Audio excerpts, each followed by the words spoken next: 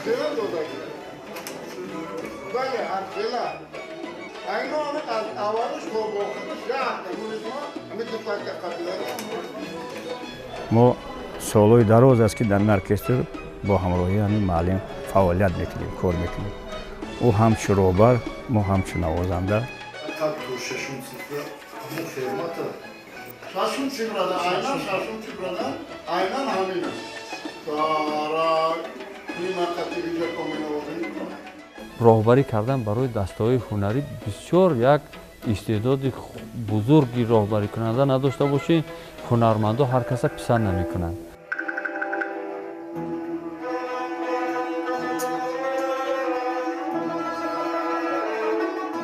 چهره در فرهنگ موسیقی تاجیک که سالهای زیاد فعالیت ایجادی دارد. و ما هم دستگیری استاد بود که ما تا امروز در هیئت ارکستر سازهای ملی تاجیکستان فعالیت کاری داریم. اینو شما یکتاگه می نوازد. اینو تا تا تا تا تا تا تا تا تا تا. مرحبا 16 همه ارکستر.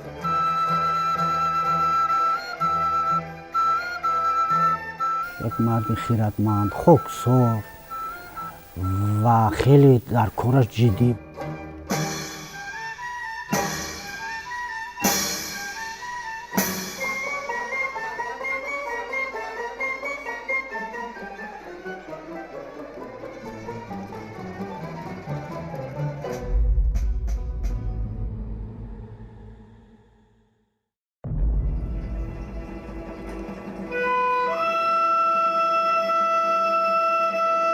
زحمت را دوست داشتن در کار. ما این زحمت را دوست می‌دارم. 55 سال می‌شود من در ساحه صنعتی کسب کار میکنم و به همه همین طاقت کرده آمده ایستادگی. ما شکرانه میگم. دولت سفارویچ قربانوف چخیره که اکثریت هنرمندان کارکنان فرهنگ و صنعت تاجیکستان میشناسند، همچون دریژور ارکستر سازهای ملی، همچون آموزگار در آموزگاه موسیقی در دانشگاه صنعت فعالیت کرده است. بعد ختم مکتب یگان فکری که در دیگر ساحه رفته دیگر اختصاص گیرم نبود. یگان هنر دیگر یاد گرفتن نبود و این یگان فکر زیادی ما راه پیشی آموزگاه موسیقی شهر دوشنبه کردم و آمدم داخل شدم در سازی اروپایی گبای گفتگی یک تا ساز هست. 2 سال خواندم. خواندنم بد نبود. استادانم از من بسیار راضی بودن. و که از سبب اونه که کمتر مریض شدم، بیمار شدم و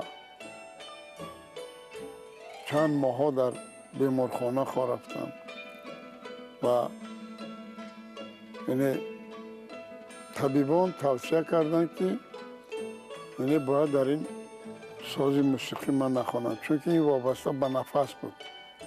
من ششم کمتر وای شد.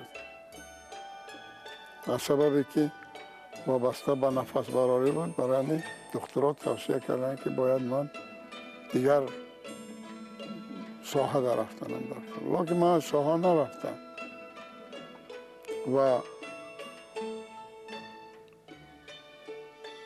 کدام وقتی حجت را آورده در آموزگاه موسیقی برابریتش سپاریدم و مرا توصیه کردن که شما باید در ساز غیجک خوانید.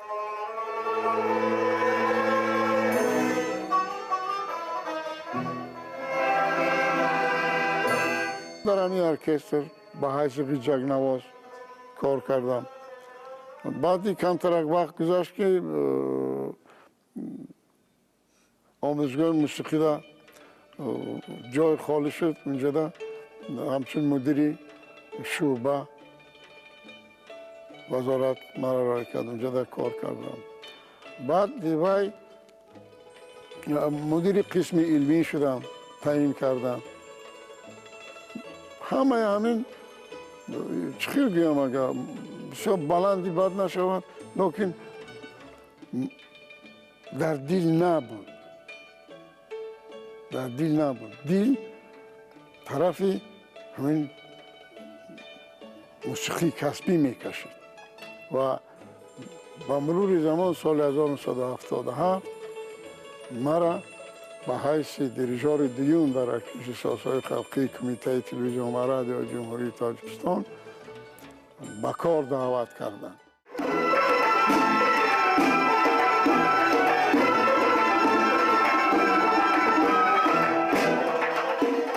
شناسایی من با دولت سفرش از دوره دانشجویی سر شد. سال 1971 من به دانشکده صنعت و فرهنگ به نام استاد میرزا ترسزاده داخل شدم. من به یکم کورس داخل شدم، او خط کننده بود. یک سال او پنجم کورس بود، ما یکم. از همون سال با امر تقدیر سال 1982 از طرفی کمیته رادیو و تلویزیون برای هنرمندان برای انسامبل دولتی شش مقام آزمون اعلان کرده شد و از این آزمون من گذاشتم و با امر تقدیر با بیایم که در همین انسامبل دولتی شش مقام راهبری بدیعی دولت سفرش قربانوف بود. دولت قربانوف دوام دهنده فعالیت پرثمر دیریژورهای مشهور تاجیکستان، هنرمندان مشهور تاجیکستان، امان همدم، سعید همراه، شنوار و بسیار هنرمندانی که قبل از وی در ارکستر فعالیت داشتند، عنعنه های کاری اون پیش دیریژورهای پیشتر، راهبران ارکستر پیشتر را ادامه داده در انکشاف صنعت موسیقی کسبی تاجیک، علل خصوص موسیقی ارکستری بسیار خدمت‌های کرده است.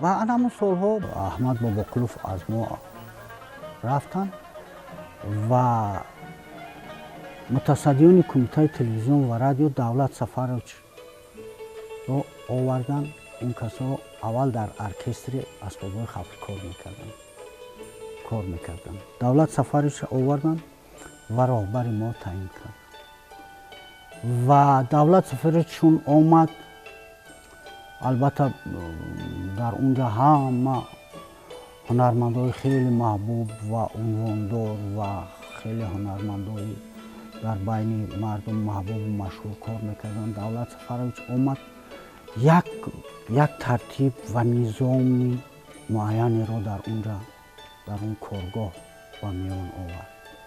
با همه حافظان جمهوری تاجیکستان سرکرده از بابا قل فیضالله، بابا قلکه فیضالله، نیریا امین، احمد بابا قل، برنا اسحاق و حنیفه مولان و فرده قاسم و سید قل بلال و دانه بهرام.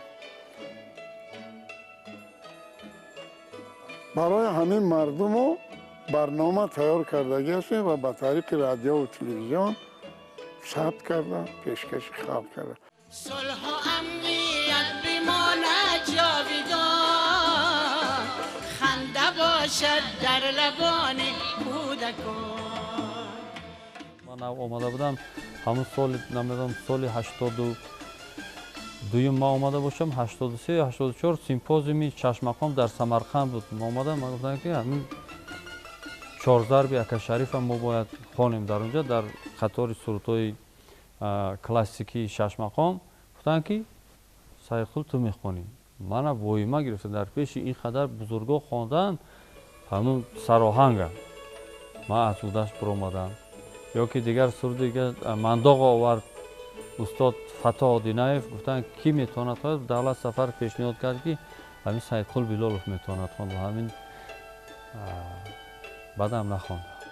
با دولت سفرچ من خیلی رابطه‌های ایجادی کارهای ایجادی زیادی کردم. بسیار اثرهایی که من می آفریدم یا که تکمیل می دادم البته کمک دولت سفارش در اونها حس می کردم. بسیار اثرهای من ببینید یک سرودی مشهور من سبزه جان که در اینجا کمک دولت سفارش در این تکمیل دادن یعنی شعر خیلی زیاد است.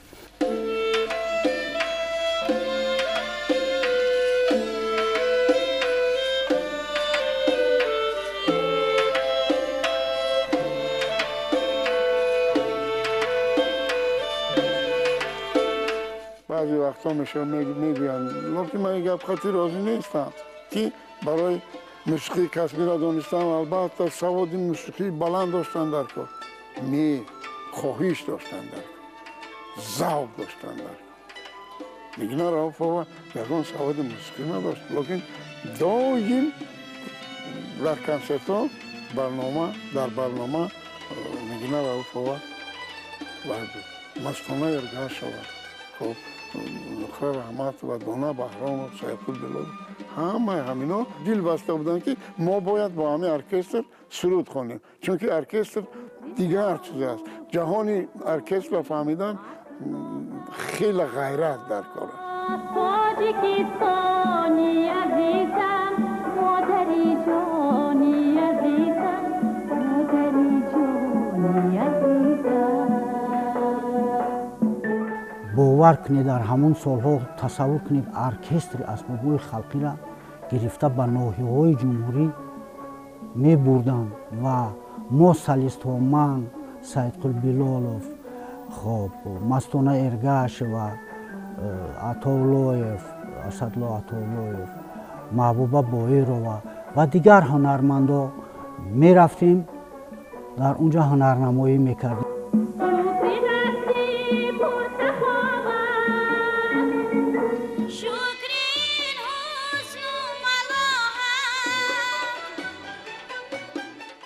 میگن که هر کسی را بهر کار ساختن مهر کرده در دلش انداختن.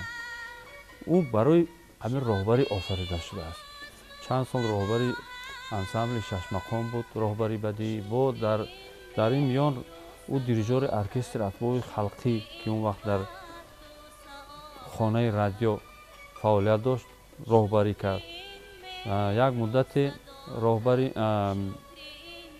سرمحرری برنامه‌های موسیقی رادیوی تاجیک هم کار کرد.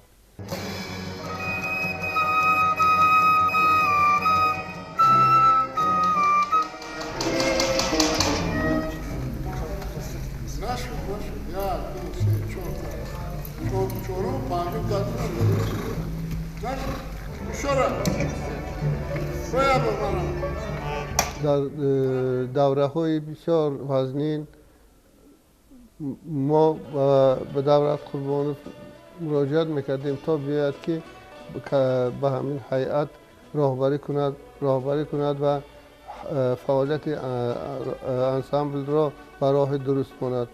با یک سوز و گداز میگفتند که در همین ارکستر اسباب‌های خلقی خیلی پهن و پریشان شده است. من چیکار کنم که این ارکستر را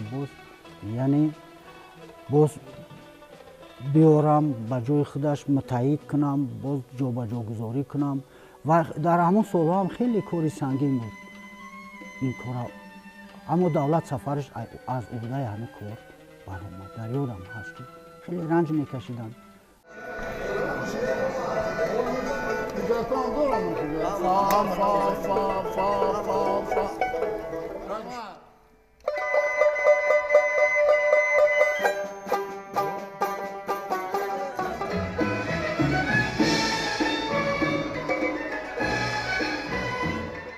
نسبت کار و کارگر وقت کار بسیار طلبش سخت میگیرد و با این باعث آن میگردد که فعالیت کلکتیو، فعالیت دسته، هیئت ارکستر بسیار کارش پرثمر است.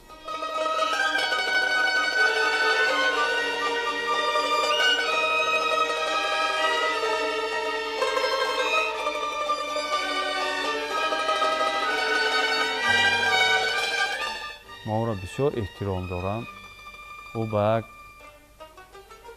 میتواند با افتخار، با سری بلند به او راه پیموده است یک بار نظر کند و گوید که عمری بیهوده نگذراندم.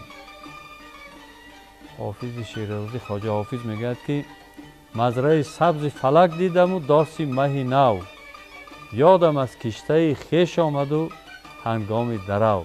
باید با دل پر میتواند گفته که عمر بیهوده نگذران، برای خلقش در پیش وجدان خودش هر چی که داشت برای صنعت، برای رشد و رواج صنعت کسبی صرف کرد.